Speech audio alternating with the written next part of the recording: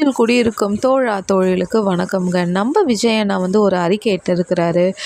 என்னப்பா டிவிக்கே இப்போ தான் வந்துச்சு இப்போ தான் வந்துச்சுன்னு சொல்கிறீங்க. நாங்கள் எப்போ வந்தால் உங்களுக்கு என்னப்பா? எங்களை பற்றி நீங்கள் ஏன் பேசுகிறீங்க?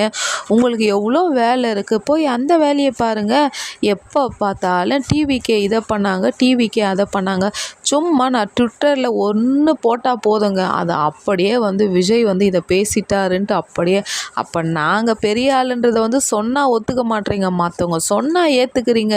என்ன உட்காந்து இருக்கிற நாற்காலி ஆடுதா, பயமாக இருக்கான்ட்டு விஜய் அண்ணா ஒரு கவுண்ட்ரு கொடுத்துருக்கும் போது அதுக்கு எதிர்கட்சியெல்லாம் சொல்லணுமா, இவனை எப்படியாவது முடிச்சு விட்டுடணும், ஒழிச்சு விட்டுடணும்னு நிறைய சொல்கிறாங்கங்க. ஆனால் பிளானாக போடுறாங்க, ஒரு பிளானும் புஸ்வானமாக போயிடுது. ஆனால் அண்ணா சொன்னார் பார்த்தியா, வேறு லெவலுங்க. ஒரு வாட்டி நான் முடிவு பண்ணிட்டேன்னு நினச்சிக்கோ, என் பேச்சை நானே கேட்க மாட்டேன்னு சொல்லியிருக்கிறாரு.